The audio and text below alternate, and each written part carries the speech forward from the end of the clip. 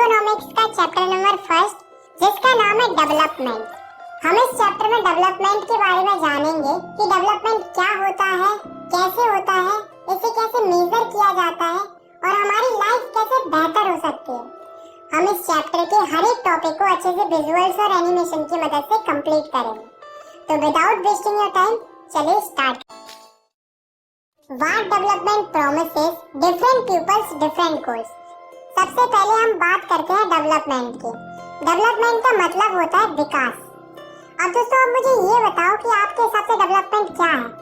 तो आप में से कई सारे लोग कहेंगे कि बिल्डिंग्स का बनना डेवलपमेंट है, रोड्स बनना डेवलपमेंट है, रेलवेज बनना डेवलपमेंट है, अच्छे स्कूल्स होना डेवलपमेंट है, हॉस्पिटल्स होना डेवलपमेंट है। तो सबके दिमाग में अलग अलग थॉट्स आएंगे डेवलपमेंट से रिलेटेड। लेकिन अगर मैं आपसे कहूँ कि डेवलपमेंट को एक सिंगल लाइन में डिफाइन करो, तो कैसे करोगे? देखो, हम लिखेंगे the betterment of anything is called development. मतलब किसी चीज का पहले से बेहतर हो जाना डेवलपमेंट कहलाता है। आए समझ? अब दोस्तों, अलग अलग लोगों के जो डेवलपमेंटल गोल्स होते हैं वे अलग अलग होते हैं। फॉर एग्जाम्पल, एक किसान है तो वो क्या चाहता है? वो चाहता है कि उसकी जो फसल है उसका उसे ज्यादा से ज्यादा दाम मिले, यानी कि वो उसका डेवलपमेंटल गोल है।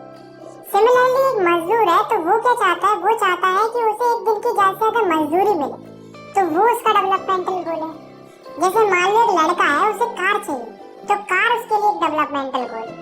एक लड़की है, उसे सिंगर बनना है, तो सिंगर बनना उसके लिए डेवलपमेंटल गोल है। तो यहाँ से हमें क्या पता चला कि अलग अलग लोगों के जो डेवलपमेंटल गोल्स होते हैं वे अलग अलग होते हैं, यानी कि different pupils can have different developmental goals।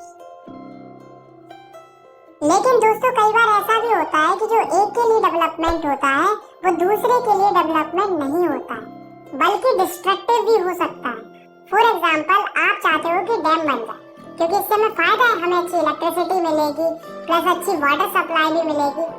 लेकिन दोस्तों, जो वहाँ की ट्राइबल पॉपुलेशन है उनके लिए ये अच्छा नहीं, क्योंकि अगर डैम बनता है तो उन्हें तो अपनी पोजीशन छोड़नी पड़ेगी और उन्हें कहीं और शिफ्ट होना पड़ेगा। तो यही मैं आपको बताना चाहता हूँ कि जो एक के लिए डेवलपमेंट होता है वो जरूरी नहीं है कि वो दूसरे के लिए भी डेवलपमेंट ही हो, बल्कि नुकसानदायक भी हो सकता है, जैसा कि हमने इस एग्जाम्पल में भी देखा। तो हम लिख सकते हैं what may be development for one may not be development for other, it may be destructive. Next topic है हमारा इनकम एंड अदर गोल्स। दोस्तों, आज के समय में सबके अलग अलग गोल्स हैं, लेकिन सब में एक चीज कॉमन है, सबको पैसा जरूर चाहिए। एक किसान है, उसको अपनी फसलों का अच्छा दाम चाहिए। एक मजदूर है, उसे एक दिन की ज्यादा से ज्यादा मजदूरी चाहिए। एक बिजनेसमैन है तो उसे ज्यादा से ज्यादा प्रॉफिट चाहिए। अगर मैं साफ साफ शब्दों में कहूँ तो एवरीबॉडी वांट्स मोर इनकम, या हम कह सकते हैं एवरीबॉडी वांट्स मोर मनी। सबको पैसा जरूर चाहिए। लेकिन दोस्तों, ये एक रियलिटी है कि पैसा ही सब कुछ नहीं होता। ऐसा मैं क्यों कह रहा हूँ, इसके पीछे रीजन है। देखो, इस दुनिया में दो तरह के गोल्स होते हैं। एक होते हैं मटेरियलिस्टिक गोल्स, जिन्हें हम पैसों से खरीद सकते हैं, जैसे कि घर, कार, क्लॉथ, फ्रिज। तो ये मटेरियलिस्टिक गोल्स होते हैं। दूसरे होते हैं नॉन मटेरियलिस्टिक गोल्स, जिन्हें हम पैसों से नहीं खरीद सकते, जैसे कि equality, freedom, friendship, love, security, respect. तो ये नॉन मटेरियलिस्टिक गोल्स होते हैं। तो कहने का मतलब ये है कि इंसानों के डेवलपमेंट के लिए पैसा ही सब कुछ नहीं होता, बल्कि उसके साथ साथ लोगों को इन सब की भी जरूरत होती है। जैसे मान लो एक व्यक्ति है, उसकी बाहर की कंट्री में जॉब लग गई, उसे खूब पैसा मिल रहा है, वो अच्छा खासा कमा भी रहा है, लेकिन वहाँ पर उसके साथ डिस्क्रिमिनेशन हो रहा है, यानी कि उसे इक्वालिटी नहीं मिल रही है, जॉब सिक्योरिटी नहीं मिल रही है, रिस्पेक्ट नहीं मिल रही है। अब आप खुद ही सोचो कि क्या वो अपने आप को डेवलप फील कर पाएगा? नहीं ना। तो यही मैं आपको बताना चाहता हूँ कि money is not enough for development. मतलब पैसा काफी नहीं है डेवलपमेंट के लिए। In fact for proper development people look at on both materialistic goals as well as non materialistic. मतलब अगर प्रॉपर डेवलपमेंट करना है तो इंसानों को दोनों को देखना पड़ेगा, मटेरियलिस्टिक गोल्स को भी और नॉन मटेरियलिस्टिक गोल्स को। आया समझ में? और आपने एक और चीज नोटिस की कि जो हमारा टॉपिक था इनकम एंड अदर गोल्स, वो भी हमें यही बताना चाह रहा है कि इनकम तो जरूरी है ही, लेकिन उसके साथ साथ अदर गोल्स भी जरूरी होते हैं। National development. दोस्तों, अभी तक हमने जो पढ़ा वो पर्टिकुलर एक व्यक्ति के लिए था, हमने ये जाना कि डेवलपमेंट का मतलब एक व्यक्ति के हिसाब से क्या होता है, लेकिन इस टॉपिक में हम जानेंगे कि पूरे नेशन का डेवलपमेंट कैसे होता है, मतलब पूरी कंट्री का डेवलपमेंट कैसे होता है। तो यहाँ पर भी लोगों के अलग अलग थॉट्स होते हैं। कुछ लोग कहते हैं कि देश का डेवलपमेंट तब होगा जब देश की सड़कें अच्छी होंगी। कुछ लोग कहते हैं कि देश का डेवलपमेंट तब होगा जब हेल्थ सेक्टर इम्प्रूव करेगा। कुछ लोग कहते हैं कि देश का डेवलपमेंट तब होगा जब एजुकेशन सिस्टम इम्प्रूव करेगा। कुछ लोग तो ये भी कहते हैं कि देश का डेवलपमेंट तब होगा जब पेट्रोल का दाम कम हो। तो कहने का मतलब ये है कि जिस प्रकार लोगों के डेवलपमेंटल गोल्स अलग अलग हो सकते हैं, ठीक उसी प्रकार नेशन के डेवलपमेंट के प्रति भी लोगों की अलग अलग धारणाएं हो सकती है। यानी कि हम लिख सकते हैं different people could have different notions toward national development. और जब लोगों के अलग अलग विचार होंगे तो वो कॉन्फ्लिक्टिंग भी हो सकते हैं। ऐसा नहीं, इसलिए जब भी कुछ किया जाता है डेवलपमेंट के लिए तो ये ध्यान रखा जाता है कि उससे ज्यादा से ज्यादा लोगों का फायदा हो और नुकसान की गुंजाइश कम से कम हो। अब दोस्तों ये तो हम जानते हैं कि देश का विकास होना नेशनल डेवलपमेंट होता है, पर नेशनल डेवलपमेंट को हम डिफाइन कैसे करेंगे, इसकी एक्चुअल डेफिनेशन क्या होगी? देखो, तो the ability of the country to improve the living standard of its citizens is called national development.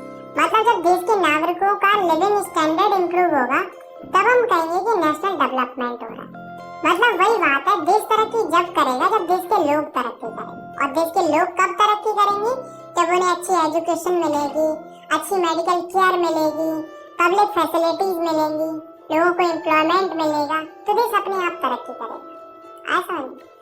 How to compare different countries और स्टेट्स। आपने देखा होगा कि कोई कंट्री डेवलप्ड होती है, कोई कंट्री अंडर डेवलप्ड होती है, तो ये पता कैसे चलता है कि ये कंट्री डेवलप्ड है या अंडर डेवलप्ड है?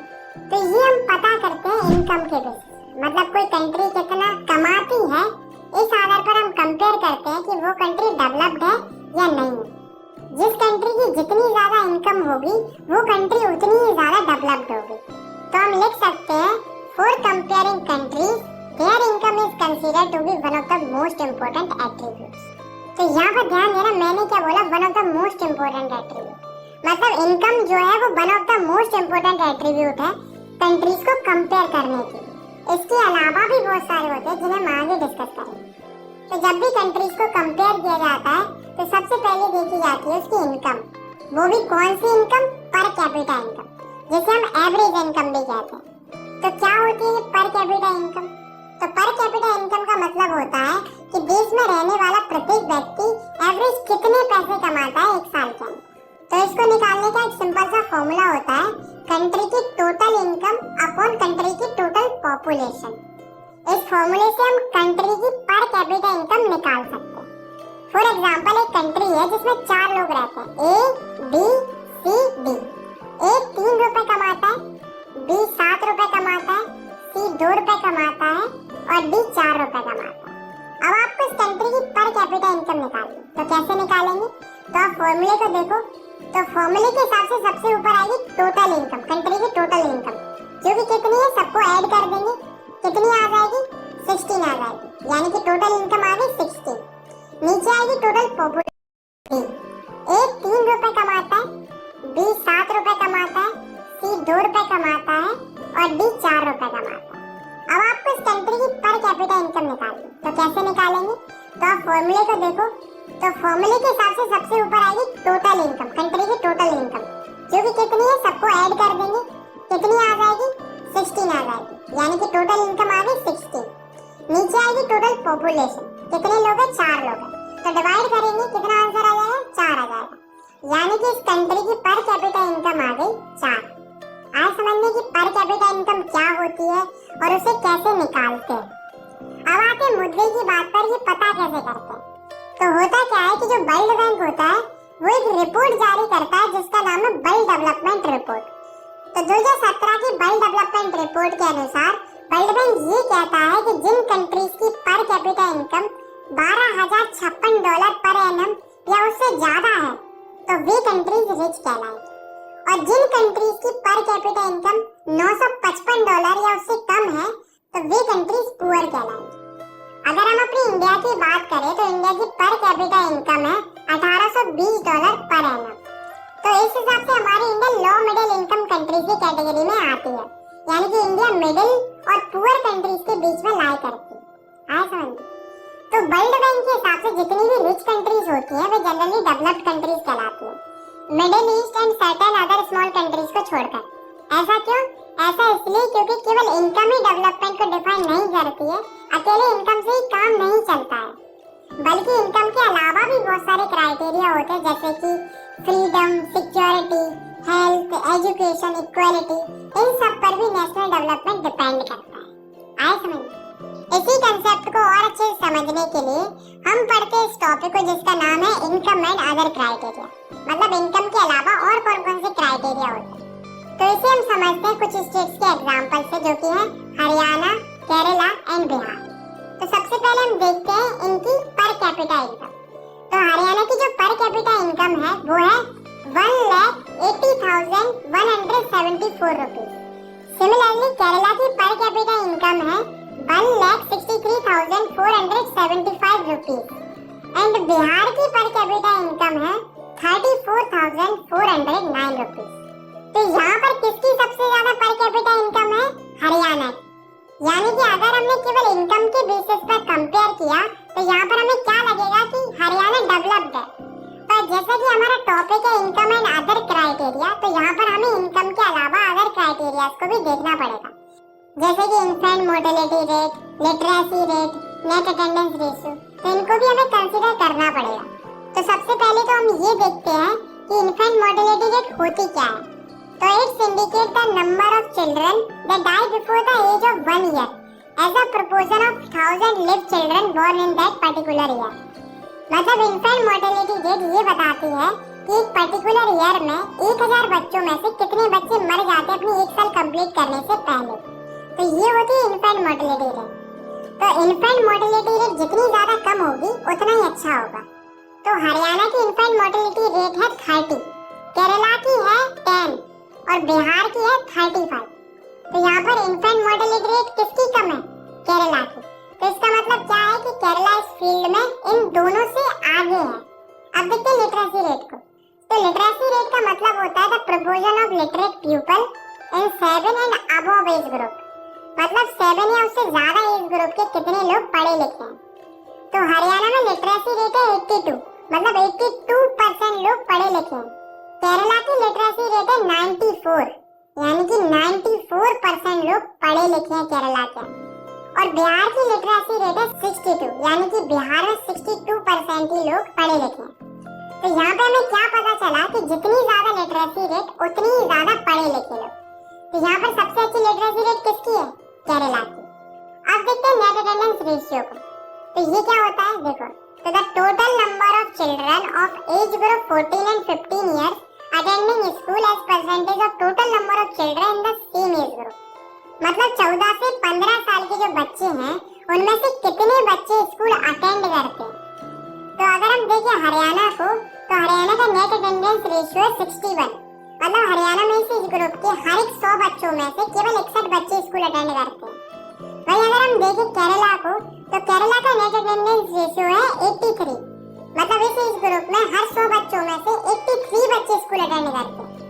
अगर हम देखें बिहार का, तो बिहार का नेट अटेंडेंस रेशियो है 43, मतलब 100 बच्चों में से केवल 43 बच्चे ही स्कूल अटेंड करते हैं। तो यहाँ पर भी बेस्ट कौन है? केरला, क्योंकि केरला का सबसे ज्यादा नेट अटेंडेंस रेशियो। आए समझ? अब आप इस पूरे डाटा को जरा ध्यान से देखो। तो यहाँ से हमें क्या पता चला कि भले ही हरियाणा की पर कैपिटा इनकम ज्यादा थी, लेकिन बाकी फैक्टर्स में हरियाणा पीछे था। तो कहने का मतलब ये है कि इनकम ही इकलौता क्राइटेरिया नहीं होना चाहिए कंट्रीज या स्टेट्स को कंपेयर करने का, बल्कि इनकम के साथ साथ हेल्थ और एजुकेशन का भी बहुत इंपॉर्टेंट रोल होता है डेवलपमेंट। अब देखो ना कि केरला इन सब फील्ड में आगे क्यों था, क्योंकि केरला में एजुकेशन और हेल्थ फैसिलिटीज अच्छी। आ समझ? इसी से रिलेटेड एक बहुत ही अच्छी लाइन है जो कि है money in your pocket can not buy all the goods and services that you may need to live well. इसका मतलब ये है कि जो आपके पास पैसा है वो सारी चीजें नहीं खरीद सकता जो जीने के लिए जरूरी होती है। फॉर एग्जाम्पल आप खुद ही सोचो, क्या हम पैसे की मदद से पॉल्यूशन फ्री एनवायरनमेंट खरीद सकते हैं? नहीं ना। सिमिलरली क्या हम पैसे की मदद से इन्फेक्शन होने से रोक सकते हैं? ऐसा तो नहीं होगा ना कि इन्फेक्शन आपसे पूछेगा कि आप पैसे वाले हो या गरीब हो, इन्फेक्शन तो कभी भी किसी को भी हो सकता है। इसीलिए इनकम के साथ साथ अदर फैक्टर्स को भी कंसीडर करना चाहिए। पब्लिक फैसिलिटीज, तो जैसा कि नाम से ही पता चल रहा है कि ऐसी फैसिलिटीज जो पब्लिक को दी जाती हैं गवर्नमेंट के द्वारा, ताकि लोग अच्छे से अपना जीवन जी सके और उनका ओवरऑल डेवलपमेंट हो सके, उन्हें पब्लिक फैसिलिटीज कहते हैं। तो हम लिख सकते हैं public facilities are the those basic facilities which are provided to all citizens by the government for their wellbeing and overall development. For example, जैसे कि एजुकेशन हो गया, हेल्थ हो गई, सिक्योरिटी हो गई, फूड हो गया, तो ये पब्लिक फैसिलिटीज होती हैं जो गवर्नमेंट प्रोवाइड कराती है लोगों के लिए। तो जितनी ज्यादा अच्छी पब्लिक फैसिलिटीज लोगों को मिलेंगी, लोगों की लाइफ भी उतनी ही ज्यादा बेहतर होती जाएगी। इसलिए कुछ स्टेट्स में जो पब्लिक डिस्ट्रीब्यूशन सिस्टम है वो ही बहुत अच्छे से काम कर रहा है, ताकि लोगों को अच्छी हेल्थ और न्यूट्रिशन मिलता रहे। बॉडी मास इंडेक्स यानी कि BMI। तो बॉडी मास इंडेक्स होता क्या है? तो ये क्राइटेरिया होता है जिसकी मदद से हम किसी भी पर्सन के हेल्थ स्टेटस को बता सकते हैं कि वो नरिश्ड है या अंडर नरिश्ड है या ओवरवेटेड है। यानी कि हम लिख सकते हैं body mass index is the criteria which is used to find out whether a person is nourished, under nourished और ओवरवेटेड। अब बॉडी मास इंडेक्स निकालते कैसे हैं? How to find body mass index? देखो, इसका एक फॉर्मूला होता है जो कि है वेट अपॉन हाइट का स्क्वायर। वेट आपको केजी में लेना है और हाइट आपको मीटर में लेनी है। तो मान लो कोई व्यक्ति है, उसका वेट है 120 केजी और उसकी हाइट है 2 मीटर। अब हमें इसका बॉडी मास इंडेक्स निकालना है। तो ऊपर रखेंगे वेट जो कि है 120 केजी, नीचे रखेंगे हाइट और उसका करेंगे स्क्वायर। कितना आ जाएगा? 4। तो ये कट जाएगा, कितना आ जाएगा? 30। यानी कि जो बॉडी मास इंडेक्स है इस व्यक्ति का वो आ गया 30। तो इस तरीके से आप किसी भी व्यक्ति का बॉडी मास इंडेक्स निकाल सकते हो। आया समझ में?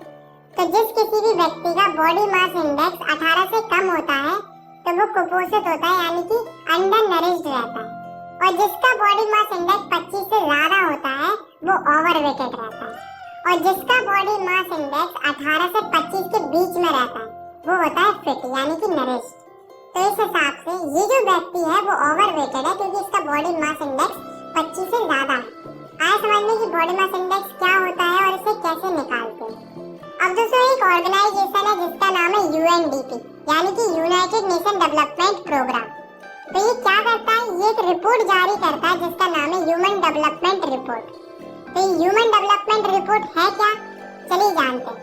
तो जैसा कि हमने देखा था कि जो वर्ल्ड बैंक था वो कंट्रीज को कंपेयर करता था इनकम के बेसिस पर, और फिर इनकम के बेसिस पर ही कंक्लूड करता था कौन सी कंट्री डेवलप्ड है और कौन सी कंट्री डेवलप नहीं है। ठीक उसी तरह से जो ह्यूमन डेवलपमेंट रिपोर्ट है वो भी कंट्रीज को कंपेयर करती है, पर ये इनकम के साथ साथ एजुकेशन और हेल्थ को भी कंसीडर करती है और एक ह्यूमन डेवलपमेंट इंडेक्स तैयार करती है जिससे कंट्रीज को रैंक किया जाता है on the basis of their development. तो इसी से रिलेटेड आप इस डाटा को देख सकते हो जिसमें अलग-अलग कंट्रीज को कंपेयर किया गया है on the basis of income, life expectancy and schooling. और इसमें ये लास्ट में दी गई है ह्यूमन डेवलपमेंट इंडेक्स की रैंकिंग, मतलब डेवलपमेंट के आधार पर कौन सी कंट्री किस रैंक पर आती है ये यहाँ पर दिया हुआ है। तो अगर हम इंडिया को देखें तो according to human development report of 2019, India पूरे वर्ल्ड में 131th रैंक पर आती है डेवलपमेंट के बेसिस पर। India occupies 131st rank in world on the basis of development. आया समझ में? Sustainability of development. दोस्तों, आज के समय में क्या हो रहा है कि जो लोग हैं वे डेवलपमेंट के पीछे इस कदर भाग रहे हैं कि वे ये नहीं सोच रहे हैं कि इससे हमें फ्यूचर में नुकसान भी भुगतने पड़ सकते हैं। लोग डेवलपमेंट के लिए वाटर का ओवर यूज कर रहे हैं जिस वजह से वाटर लेवल डिक्रीज हो रहा है, पॉल्यूशन क्रिएट कर रहे हैं, पेड़ काट रहे हैं, क्रूड ऑयल का ओवर यूज कर रहे हैं। अब आप खुद ही सोचो कि ऐसा डेवलपमेंट क्या मतलब था जिससे हमारा एनवायरनमेंट डैमेज हो रहा। दोस्तों, किसी रिपोर्ट में ये बताया गया है कि अगर लोग इसी रेट से क्रूड ऑयल का इस्तेमाल करते रहे तो आने वाले लगभग 50-60 सालों में रिजर्व क्रूड ऑयल खत्म हो जाएगा। तो जो सस्टेनेबिलिटी ऑफ डेवलपमेंट का जो कंसेप्ट है वो भी यही बताता है कि डेवलपमेंट करो, पर इस तरीके से करो कि जो हमारा एनवायरनमेंट है वो डैमेज ना हो और जो फ्यूचर जनरेशन है उनकी नीड्स के साथ भी कॉम्प्रोमाइज ना हो, ताकि फ्यूचर में भी सस्टेनेबिलिटी बनी रहे। तो यहाँ पर हमारा जो चैप्टर है वो खत्म होता है। आई होप आपको ये वीडियो पसंद आई होगी। अगर आपको ये वीडियो पसंद आई तो आप इस वीडियो को लाइक कर सकते हो और चाहो तो मिलते हैं नेक्स्ट वीडियो में, तब तक के लिए टेक केयर, बाय बाय। और हाँ, नेक्स्ट वीडियो में हम कंप्लीट करेंगे हिस्ट्री के सेकंड चैप्टर को, जिसका नाम है नेशनलिज्म इन इंडिया। तो stay updated with sunlight study. Hello everyone, आज हम पढ़ने वाले हैं क्लास 10 साइंस की फिजिक्स का चैप्टर नंबर 10, जिसका